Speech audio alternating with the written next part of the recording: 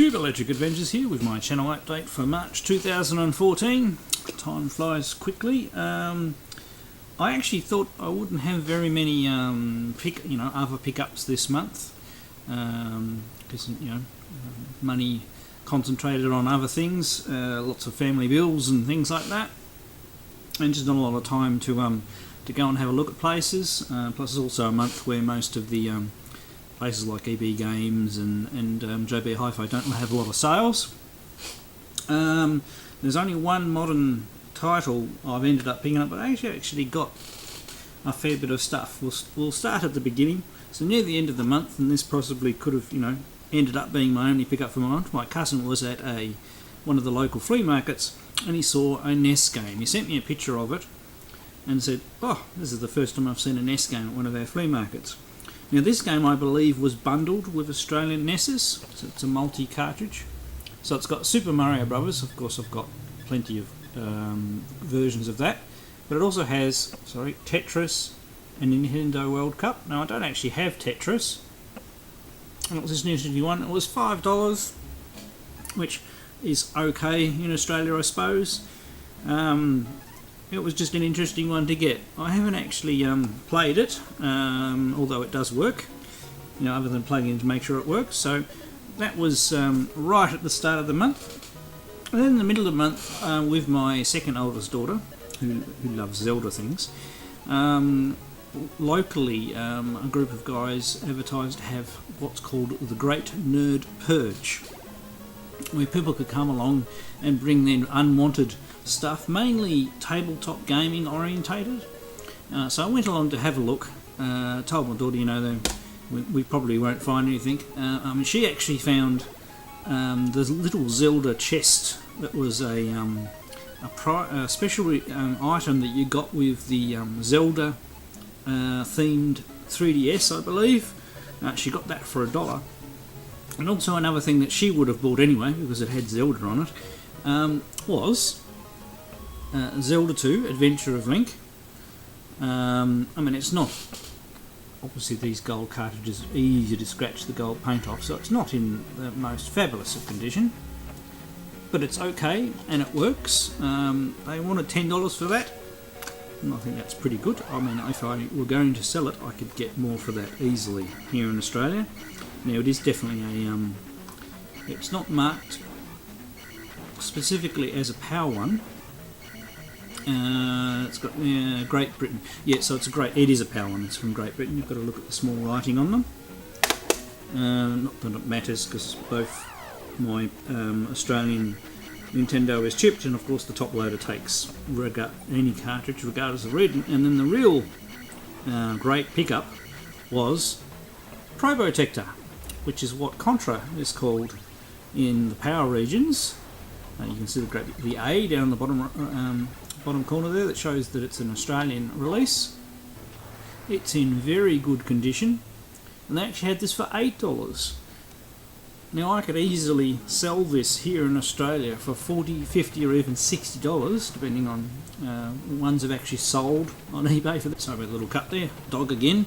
I've plugged it in and had to play. I actually like, the sprites are robots rather than men.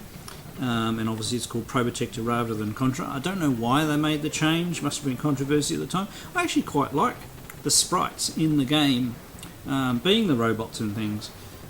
So I've now got Probotector, and I do have a copy of the American Contra. I'm not sure about whether to keep them both or get rid of one or anything like that, but anyway, that was a most surprising pickup for the month, and very unexpected to find NES games here in the wild, because that definitely doesn't count to buying it at a shop. Now, next items are all the way from the UK, from another YouTuber called Dave I'm a Game Geek.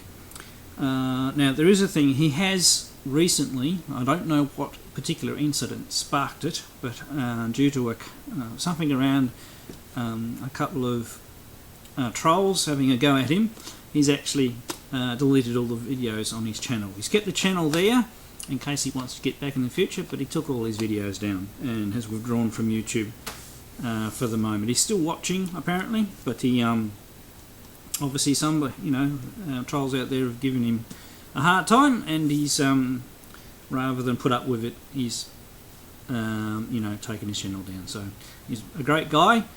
But anyway, posting on Facebook, he's thinning down his parts of his collection, and primarily this is GameCube games. Really do not find GameCube games around, and there were a couple that I really, really wanted. And in the end, we haggled a bundle up of items I wanted to, optimise out the postage and things. Now, the first one is a game that technically this will be my third copy that I have. I do have my original copy, but the disc is missing. I then got another copy from Crow 111, but that's the French one, and although you can play it, everything is in French. So to get another copy of it in PAL, so it's Star Wars Jedi Outcast, Jedi Knight 2. This is one of my absolute favourite games on the GameCube. I haven't played it for ages, and I'm actually looking forward to playing it all the way through from the start again.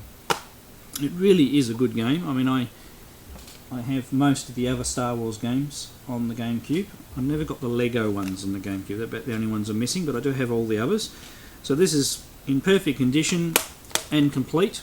So if anybody's after a case without a disc for one of these, or is interested in the French version, I really don't need all those copies, so happy to trade with people, but very happy to have that back in the collection complete. Now the next one is purely for interest sakes, because we do actually have the HD version for the Wii U, which my daughter is playing at the moment. And it was opportune and a decent price, and it's Legend of Zelda Wind Waker. And it's the limited edition with the extra disc, so it has Zelda Ocarina of Time and Ocarina of Time Master Quest, which would be interesting to see what they're like playing those on the GameCube. I don't know whether it emulates the Nintendo 64 or anything. I haven't had a chance to give that one a go yet to see what it's like. My daughter has been playing Wind Waker on the Wii U, so I've seen some screens of that, but I know that the graphics are going to be different. Now, the next two. At the time we were talking, I couldn't remember which one of these I had, so I said I'll take both of them because I can either sell the other one or trade it for something. And they are Pikmin 1 and 2. As it turns out, I have Pikmin, the first one up there. So I do have a copy of Pikmin up for trade now. It's Pikmin 2. And they're all complete and in really good condition, manuals and everything like that. So welcome additions to the collection.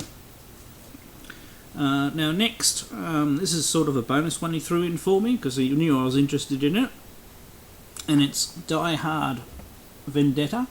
I've actually been playing this one, and it reminds me a lot of the various James Bond games. A little bit story driven, go through and do missions.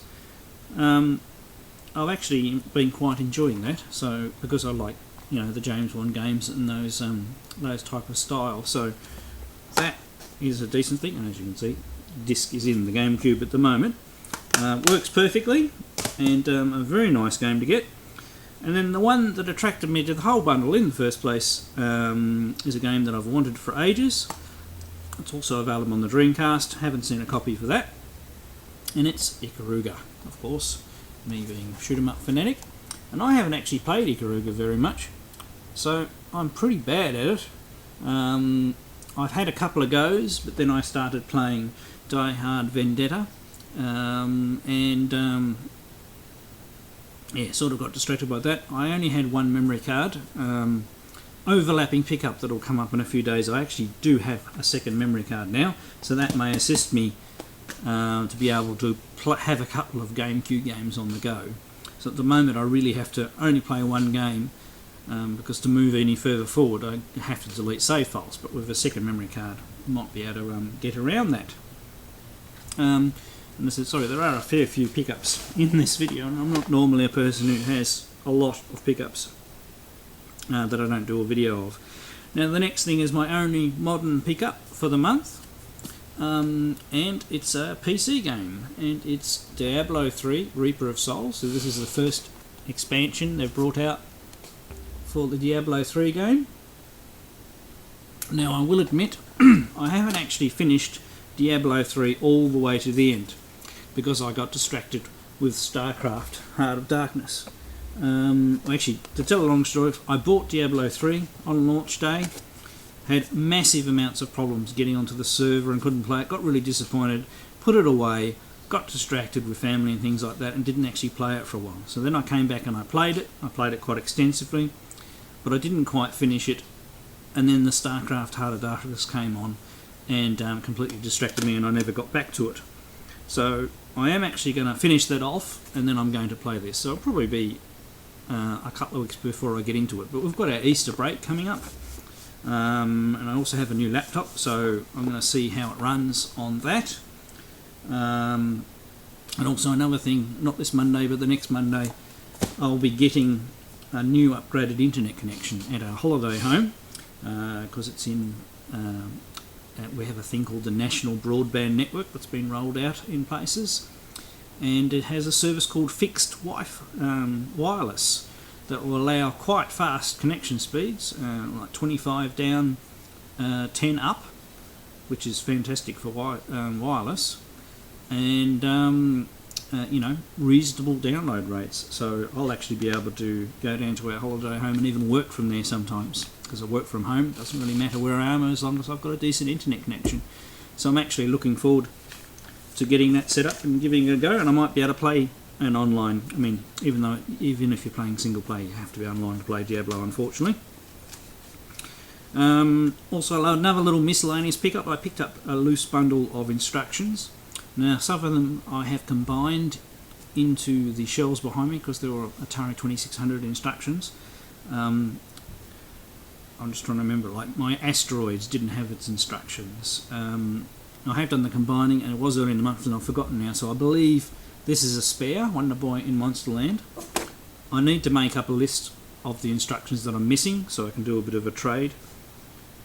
Sorry, another cut again, dog. Right, manual for Space Invaders on the Atari 2600. That one's available for trade.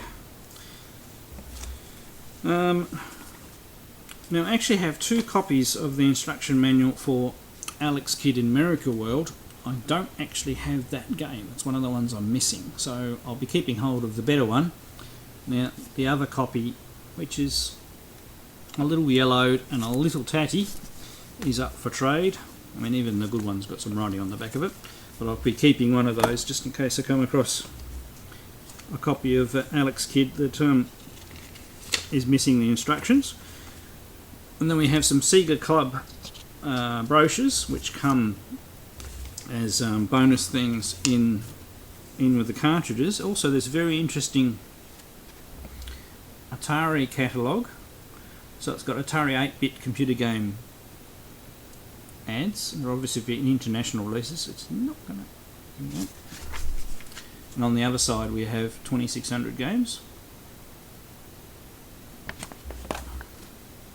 And another one of the Atari Club, so I can chuck them one of those into a trade.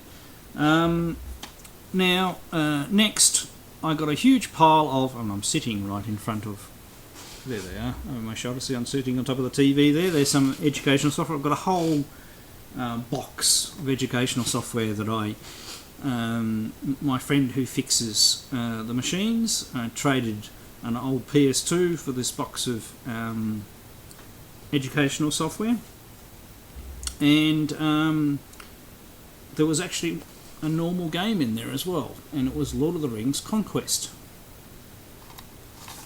I'm not sure what game it is. It might be a strategy game thing. I haven't had a chance to play to even try that out yet, but I have got a new laptop now that should be suitable for playing some games, so I might get some time in the break, but we'll see how we go.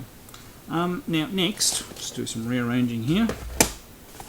During the month I got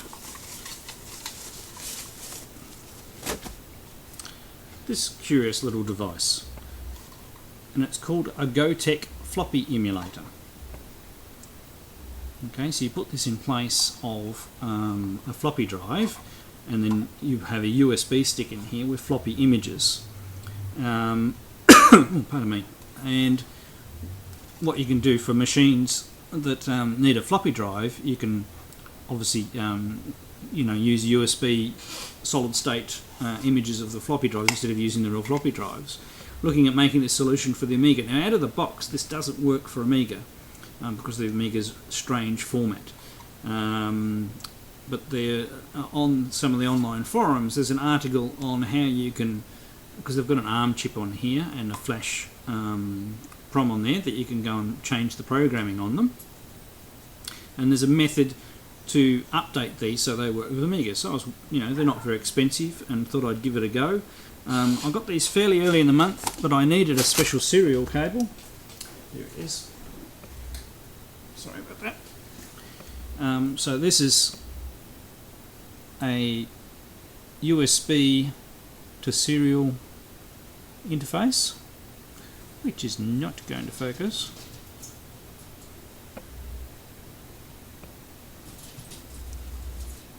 Oh, you got it for a second. Anyway, and it looks pretty good, and it has a little cable here, and all you do is you hook that up to the USB section of the board there. Now I'm going to have to put some, there's no pins or anything there, so I'm going to have to do a bit of soldering and get some pins, and that'll allow me to update the firmware on those floppy drives.